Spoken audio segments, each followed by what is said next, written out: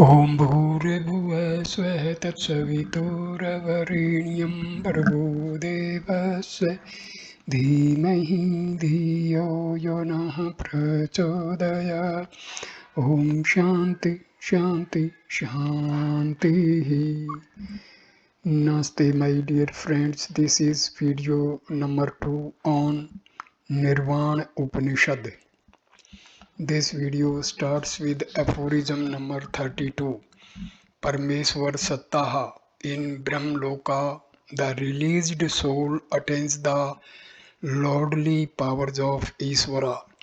Those who meditate on qualified Brahma, they after reaching Brahmloka acquire all divine powers except the power of creation, preservation and destruction, which exclusively belong to Isvara. For those who do not aspire for unqualified Brahma, the Taittiriya Upanishad chapter 1 part 4 stanza 2 says that they proceed along the path of light to Brahmloka and attain oneness with the Lord of the mind. In this highest state of mind of Savikalpa Samadhi, he can become many and enter into all the bodies to animate them. However, these powers are within the realm of the mind. In a no-mind state of unqualified and Supreme Brahma, no such effect is possible. Supreme Brahma transcends the powers of Isvara. Those who give up even the powers of lordship over entire creation attain the Supreme Brahma. This Supreme Brahma is realized in Nirvikalpa Samadhi. Therefore, a Brahmansa Privrajka strives for Nirvikalpa Samadhi alone in order to attain the Supreme Brahma. Prescription of Yoga for Nirvikalpa Samadhi. Aphorism number 33. Satya Siddha Yogo Matha. Yoga perfected through truth is the true monastery. Yoga is union with the self. This self is attained through truth and through rejection of untruth. The Mundaka Upanishad chapter 3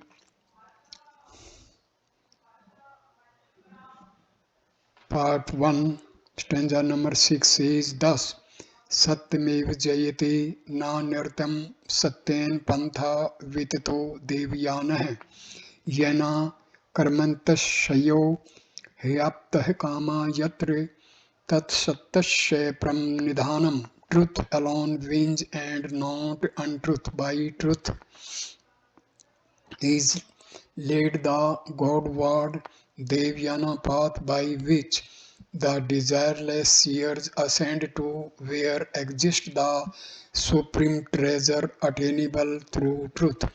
Those monks who have become bereft of all blemishes through the practice of truth, meditation, continence, and right knowledge, they constitute the real monastery.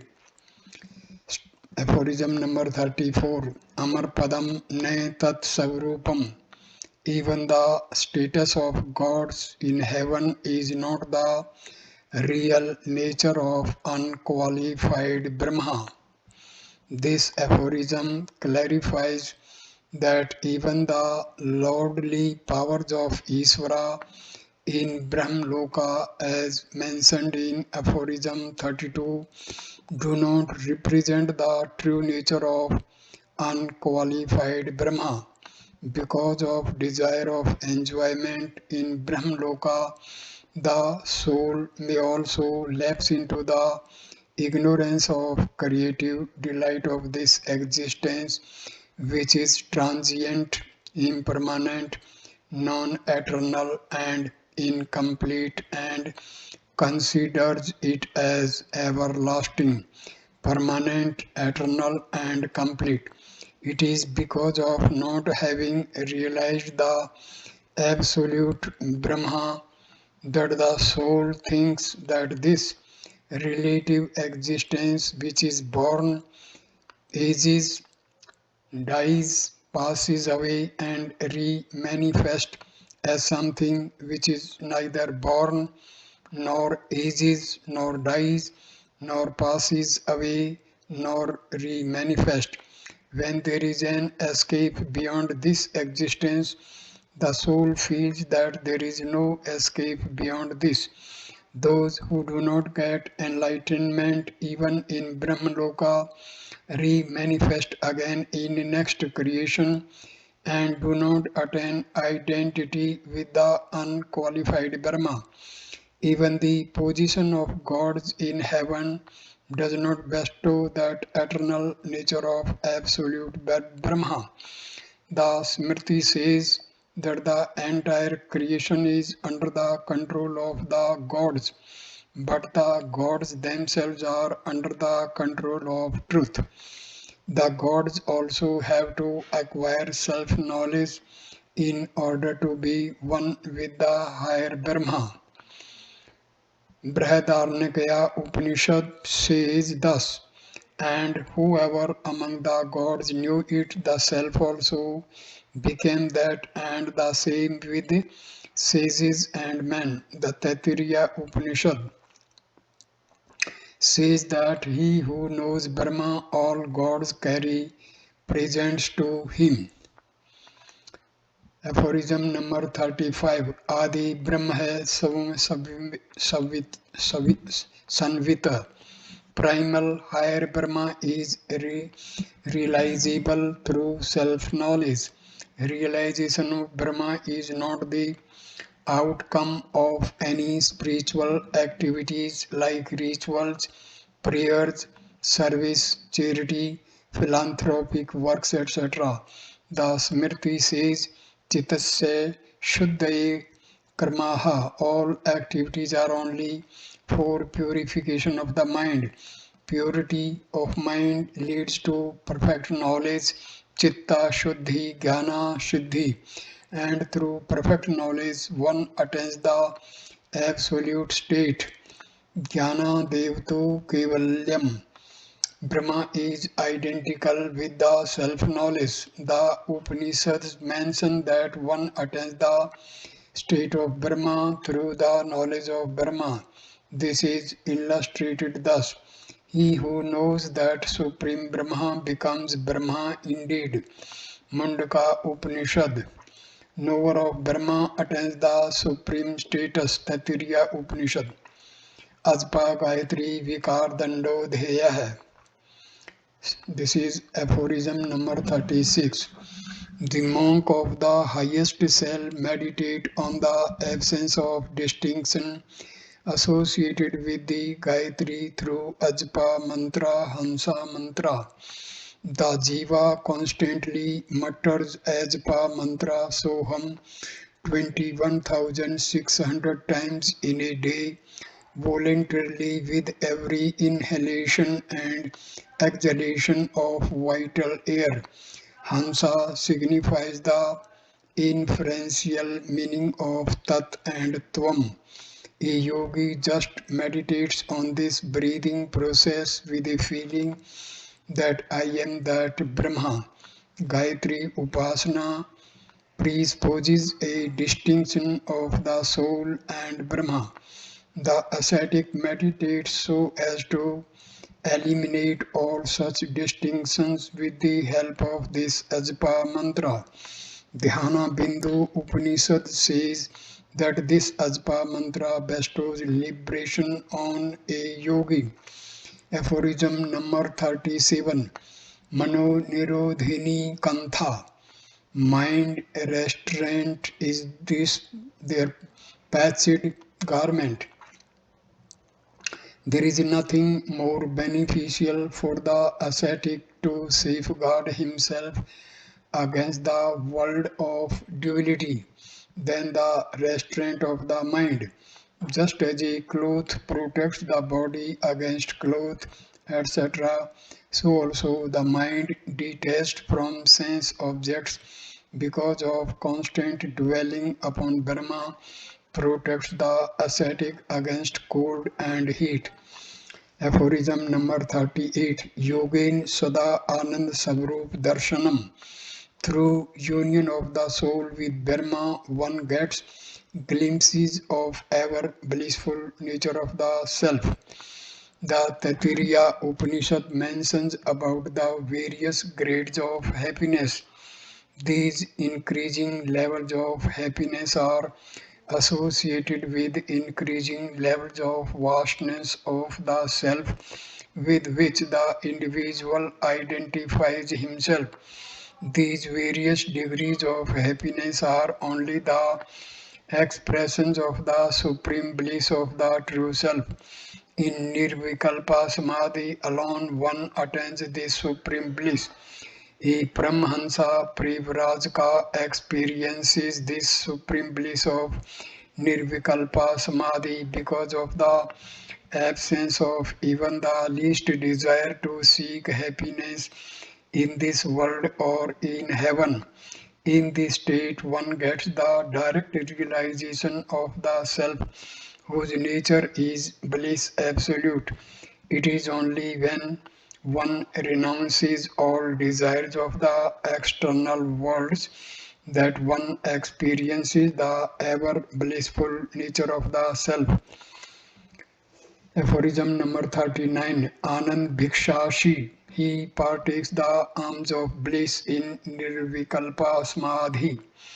Though a Paramhansa goes from village to village collecting alms from house to house, yet in reality he partakes only the alms of bliss by constantly abiding in the Nirvikalpa state. Aphorism number 40. महाशमशाने ध्यान वंदने वास है. Even great crematory, that is destroying the identification with the five elements in Nirvikalpa Samadhi, is like dwelling in the forest of bliss. Dwelling place of an ascetic is normally near a cremation ground, which reminds him of the unreal nature of the world. It helps in developing dispassion from the world. However, the true crematory is where the nature made of five elements is completely destroyed.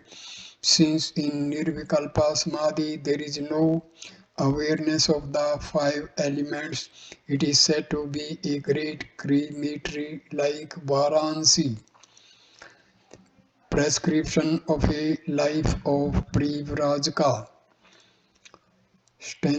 Aphorism number 41. Ekant Sathan Matham. Privrajaka resides in a solitary place of monastery. The life of a Privrajaka is free from all social and family obligations. He takes up a mendicant's life because he has discovered the worthlessness of the values practiced by the society. Socio-political philosophy is an obstacle in realization of the eternal. The equality confessed by this philosophy is only illusory and based on self-interest. He therefore rejects the false values of society and retires into a solitary place in order to realize the oneness of Atma. Being intent upon the realization of this non-dual state, he performs austerities. This solitary place becomes a monastery for other aspirants who seek his guidance for enlightenment. In this state of inaction and solitude, he experiences supreme bliss of union with the self in Nirvikalpa Samadhi. The next aphorism explains the real motive behind the aspiration for Nirvikalpa Samadhi. Aphorism number 42. Unmin Vastha Sarda Chesta. Ecstatic state of Nirvikalpa Samadhi awakens knowledge or Brahma Vidya. Brahma can be directly known only through the experience of the non-dual state and not through worship. Apart from self-enquiry, Nirvikalpa Samadhi is one such means to attain this non-dual state. In Nirvikalpa Samadhi, where triple consciousness of Dhyata, meditator, Dhya, object of meditation, and Dhyana, meditation, has been totally eliminated, Atma alone shines brilliantly. The mind attains Unmani, ecstatic state, after realizing this non-dual state in which all worldly impressions are totally absent. Aphorism number 43. Unmani Gati. Therefore, his pursuit is for ecstatic state. Aphorism number 44. Nirmal Gatram Niralam Pitham. Being absorbed in spotless Brahma through Nirvikalpa Samadhi, his pure body, suffused with Brahmic consciousness, has dignified spotless seat. A Privrajaka being established in Brahma seeks no other external support. He derives all strength from the knowledge that comes through the absorption in Brahma. His body gets spiritually transformed and acquires divine powers that prevent it from decay and old age. Such a body is the repository of all goodness and purity. Aphorism number 45. Amrit Kalolananda Kriya. Their duty consists of constant abidance in the ocean of eternal bliss. The one who is actively engaged in doing one's duty as laid down in the scriptures forgets to practice Samadhi Yoga. Those who dwell on the duties prescribed by the scriptures are deluded by that knowledge. Therefore, a Privrajaka having renounced all duties practices Samadhi day and night. He derives indescribable bliss in Nirvikalpa Samadhi. Constant abidance in that eternal bliss itself constitutes his duty. Aphorism number 46. Pandar Gagan Mahasiddhantah. The firm conclusion of Privrajaka is that his power of Chit or consciousness in the causal space Chidakasa of the heart is the supreme principle of self-control. Ignorant people rely upon some external support for self-control and observe various religious observances. A Privrajaka having attained purity through such religious observances gives them up and constantly meditates on the causal space in the heart, knowing it to be the supreme principle of self-control. This type of worship is prescribed in many Upanishads for attaining the tranquility of the mind. This is also called Dahar Upasana. Aphorism number 47. Sham Dam Adi Divya Shakti Charane Akshetra Patra Patuta Pravar Sanyogah Tark Upadeshah.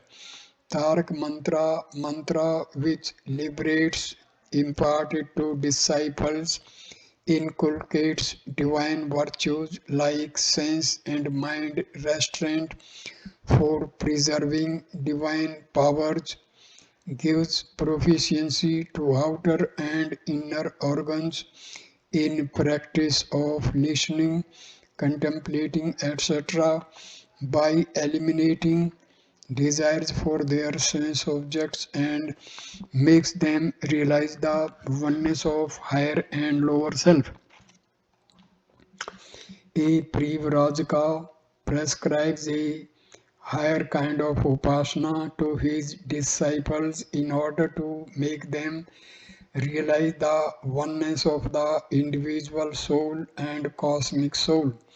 His prescriptions are not meant for the attainment of heaven.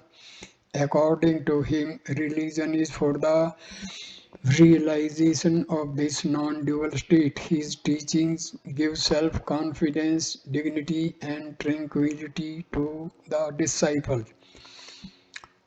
Aphorism number 48. Advait Sada Anando Devata.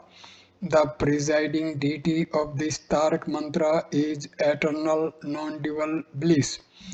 Like every mantra, this Tarak mantra also has a presiding deity. A mantra is chanted in order to visualize this presiding deity and thus attain oneness with the deity. However, the presiding deity of the Tarak mantra is non-dual bliss. Aphorism 34 makes it very clear that the identity with the deity of mantra itself is not the eternal state, though it grants a higher grade of happiness relating to the world of the deity. Thus, it is but logical that a liberating mantra should have only non-dual bliss as the presiding deity. This non-dual bliss alone is eternal. The next aphorism describes about the religious observance to be followed for the attainment of this non-dual bliss. Aphorism number 49. नियम है स्वांतरी Savantar Indriya Nigraha. For attaining perfection in Tarak Mantra, a Privrajaka practices Niyama religious observance consisting of voluntary restraint of the inner organs, that is mind, intellect, reflective mind and ego. It has been pointed out by the Vedanta philosophy that liberation is not attained by mere chanting of mantras and observing religious ceremonies. Religious observances are useless for him who has not restrained his inner organs. Therefore, a Privrajaka voluntarily controls his inner and outer organs in order to attain liberation. According to yoga philosophy, niyama consist of socha, inner and outer purity, santosa, contentment, tapas, unity of thought, word and deed, swadhyaya, self-study, and Iswar Pranidhana, surrender to the Lord. But liberation can be attained only if the ego has been effaced and purifying the intellect and restraining the mind. The Smriti also says that by giving up all the means for fulfillment of desires and striving only for identity with Brahma, one becomes perfect in Niyama. The next aphorism mentions about the various flaws in the character to be given up by aspirant of liberation in order to be perfect in Niyama. Aphorism number 50. Bhai मोह शोक क्रोध त्याग सत्याग है. This is aphorism number 50. Real renunciation embraced by Privrajaka consists of giving up of fear, infatuation, sorrow, and anger. Fear is the outcome of perceiving diversity comprising of Jiva, universe, and Isvara. Infatuation results because of wrong identification of the Atma with the body. Sorrow or disappointment results from failure in expectations. Anger arises because of non-fulfillment of desire. These are imperfections of the being, and the giving up of these imperfection is the true sign of renunciation. The next aphorism explains that this type of renunciation ultimately culminates in the identity of the soul Jiva with the supersoul Isvara. Aphorism number 51. Pravarikasarasvadanam. Through renunciation, he experiences bliss of union of lower and higher self. According to Vedanta philosophy, the ultimate goal of life is the realization of non-dual bliss. When the Jiva soul renounces all desires and thus becomes pure, he realizes his oneness with the self super soul. Kathopanishad says that a desireless man sees the glory of the self through the serenity of the organs, and thereby he becomes free from sorrow. Aphorism number 52. Aniyamakato Nirmal Shakti. Through union of lower self and higher self in Savikalpa Samadhi, Jiva attains unrestricted pure sattvic power of Isvara or qualified Brahma. The Taittiriya Upanishad says that a man who has realized through meditation the qualified Brahma in the cavity of the heart, he attains independent sovereignty. It is also mentioned in the Dahar Vidya of the Chandogya Upanishad that those who leave this world after realizing the self with those unfailing desires for them is the freedom of movement in all the worlds. There is a path for the knower of qualified Brahma as mentioned in aphorism 31, above, which leads to Brahmaloka. Philosophy of self-realization. The supreme and unqualified Brahma is devoid of direction, location, attributes like sattva, movement, and divine powers.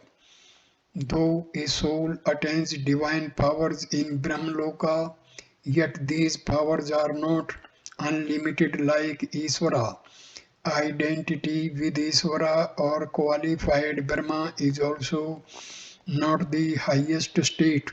Non-qualified Brahma has to be realized in a state of Turiya. This Upanishad has delineated yoga for Nirvikalpa Samadhi and the necessity of renunciation of all lordly powers in order to realize the non-qualified Brahma. Now the highest philosophy of the self is being set forth for realization of the Supreme Brahma. Aphorism 53.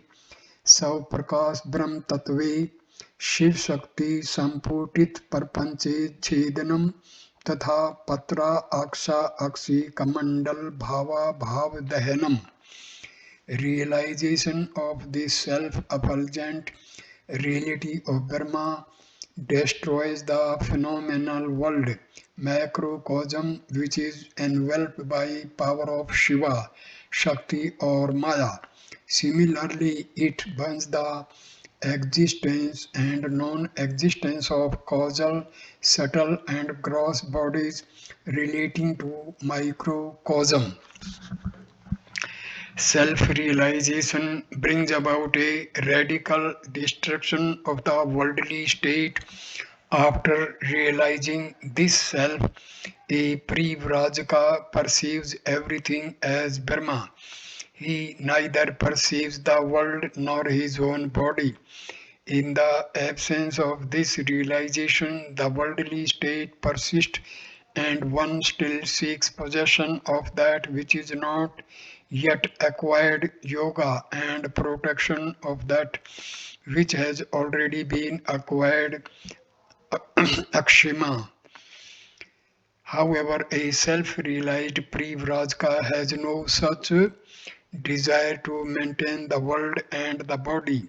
His body and its dealings with the world are sustained by the force of prarabdha.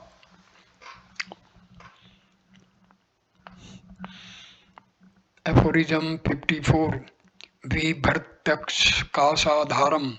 He holds that Brahma, who is the basis of the space, unmanifested ether. In the Brihadaranyaka Upanishad, chapter 3, part 8, stanza number 8, it is stated that Brahma pervades the unmanifested ether. It transcends even Isvara. In Isvara, everything remains in an unmanifested seed form, while in Brahma there is not even the unmanifested seed form of the universe. This Brahma is the innermost self of all, which is a Privrajaka holds as the ultimate reality. This ultimate reality is identical with the fourth state of Turiya. Aphorism 55. Shivam Turiyam Yagopavitam Tanmaya Shikha. That auspicious fourth state of Turiya is the sacred thread. The same is the tuft. The Mundakaya Upanishad mentions about the fourth state of Turiya, wherein there is a complete absence of all perceptions.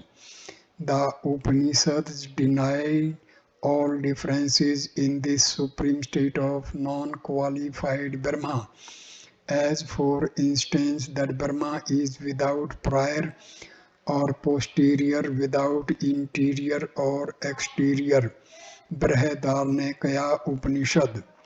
All this is but the self. Chandogya Upanishad. All this is but Brahma. Mundaka Upanishad. This is the experience in the fourth state of Turiya. It is the most auspicious. One becomes Brahmin only by knowing Brahma. A doubt is always raised that how can one still be Brahmin without external signs like the sacred thread and tuft. This aphorism answers the doubt. The one who has the sacred thread of the Turiya state and the tuft consisting of knowledge of that state gets the qualification of the Brahmin even in the absence of these external signs. Therefore, the Brahma Upanishad. शिखा ज्ञानमयी यस्य उपवीतं च तन्मयं ब्राह्मणीयं शकलं तस्य इति ब्रह्मविदो विदुः. The knowers of Brahma declare that one whose tuft and sacred thread consist of true knowledge only has all qualifications for the Brahmin. Aphorism number 56. Chinmayam Chotasrishtirandam Santo Aksikamandalam. The vision of a knower of Brahma encompasses the entire creation of multitudes and perceives the universe as consciousness. The vision of Privrajaka does not perceive the creation of multitudes comprising of beings and non-beings. He perceives everything as consciousness. The fundamental philosophy of the Upanishads is that this universe undone is nothing but Brahma. The individual Pindam, Andam, Pindan is also not different from Brahma. Nirvana is attained by realizing this Brahma through discriminating knowledge and not through the worship of any god.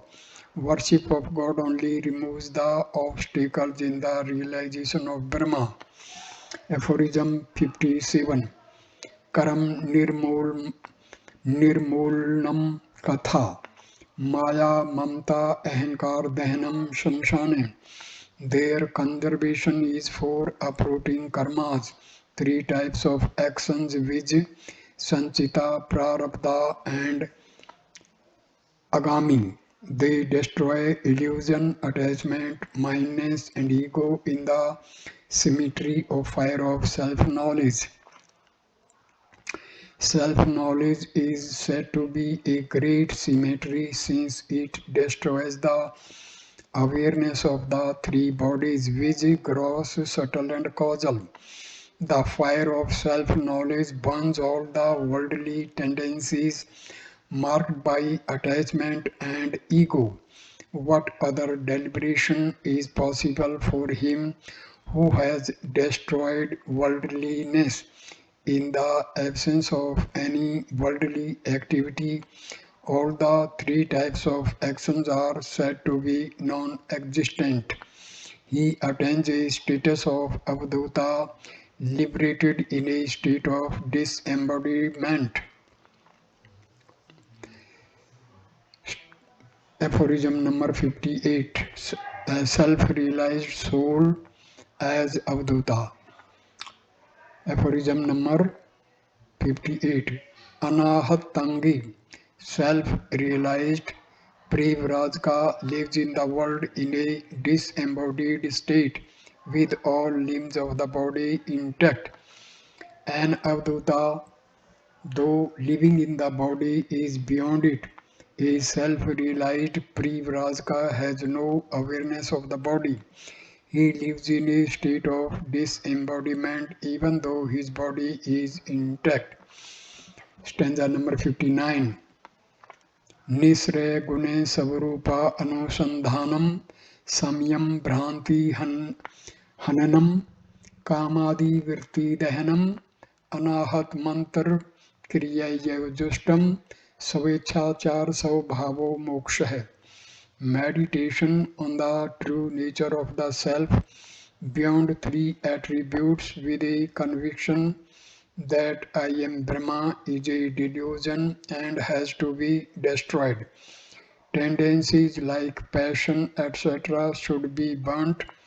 Anahat mantra, listening of ephemeral sound in the heart in the depth of silence, should be practiced by restraining the mind from worldly activities. Abiding in the freedom of the self, one attains one's true nature, which is called liberation. In the self, there is no I consciousness, ahem. Meditation on the self with a feeling of non-separation like I am God is prescribed to overcome Maya comprising of the world of duality. But this is not the highest state. In the highest state there is neither Maya nor any duality. Realization of this non-dual state of the absolute and impersonal Brahma beyond the triple consciousness of knower, knowee and known is the supreme goal of Vedanta. However, realization of this state is possible only for those who conquer passion by restraining the mind in the lotus of the heart. Anhat yoga is prescribed for aspirants who want to realize formless Brahma. Its aim is to attain tranquility of the mind. The one who overcomes passion is no more a human. He becomes divine by constant dwelling in that non-dual state. A Privrajaka, being free from all flaws like passion, etc., attains liberation while alive. He becomes an Avadhuta. Aphorism number 60. Pram Brahm Pallav Acharanam Brahmacharya Shanti Sangrahanam Brahmacharya Asrami Adhittevan Prasthasrami Dhitte Se Sravinasham Sannyasam Ante Brahmakhanda Akaram Nityam Sarvasandhesar Nasanam. His conduct as an avadhuta served as a ship to go across the ocean of worldly existence and to reach absolute Brahma, practicing brahmacharya till calmness of the mind is attained, either from the stage of a celibate student or from the stage of a forest dweller. He embraces renunciation, wherein all true knowledge is established. At the end, he becomes the embodiment of indivisible Brahma, the eternal, the destroyer of all doubts. The Nirvana Upanishad concludes its exposition with the realization of non-dual Brahma. This realization culminates in the supreme sannyasa. By embracing renunciation, a Privrajaka, being free from all blemishes, attains absolute Brahma. The Narayana Upanishad also glorifies the sannyasa thus. Sannyasa is Brahma, Nyasa iti Brahma. A Privrajaka in the end becomes an Avadhuta, an embodiment of indivisible Brahma. Aphorism number 61. This Nirvana Upanishad should not be. Aphorism number 61. Etan Nirvan Darshanam Shisham Bina Putram Bina Deyam It Upanishad. This Nirvana Upanishad should not be imparted to one other than a disciple or a spiritual son. If this Upanishad is imparted to an undeserved person, it will lose its sanctity and will bring a blemish to the sacred tradition of sannyasa. Thus, its teachings should be imparted to one who is either a direct disciple or one who has got good character and dear to the heart like a spiritual son. Thus ends the Upanishad. There are various theistic schools which have laid down different paths to attain nirvana. There are some schools of bhakti yoga that worship gods with various forms and sing their glories. The schools of karma yoga lay more emphasis on the realization of God in man through service and charity. Yet there are some other schools of yoga that lay down various yogic practices to awaken the consciousness or Kundalini Shakti. All paths are meant to uplift human consciousness to a divine plane and make aspirants aware of higher states of lives. All paths are certainly noble and lead to meritorious worlds, but nirvana is to be attained through the realization of non-dual Brahma alone and not through any other means. This Upanishad makes it very clear that the knowledge of lower Brahma through various means like actions, worship or yoga cannot grant nirvana. Nirvana is the result of the realization of indivisible Brahma, wherein there is a total cessation of the worldly state, culminating in supreme sannyasa. It is only those monks who meditate on the formless Brahma and realize everything as Brahma attain the highest state of nirvana. Any other path which does not aim at this goal can at the most lead to the highest of the heavens but not to the state of nirvana. However, all other paths are indispensable during the initial stages of sadhana. This Upanishad is meant for advanced sadhakas who can redeem themselves with their own self effort without any necessity of a redeemer. These courageous aspirants show with their examples that purity and divinity are not exclusive possessions of any one individual, group, society, or country. Those who seek the self by renouncing all other desires attain the supreme. Escape from this world is possible for those who have effaced all worldly impressions through absorption in Brahma.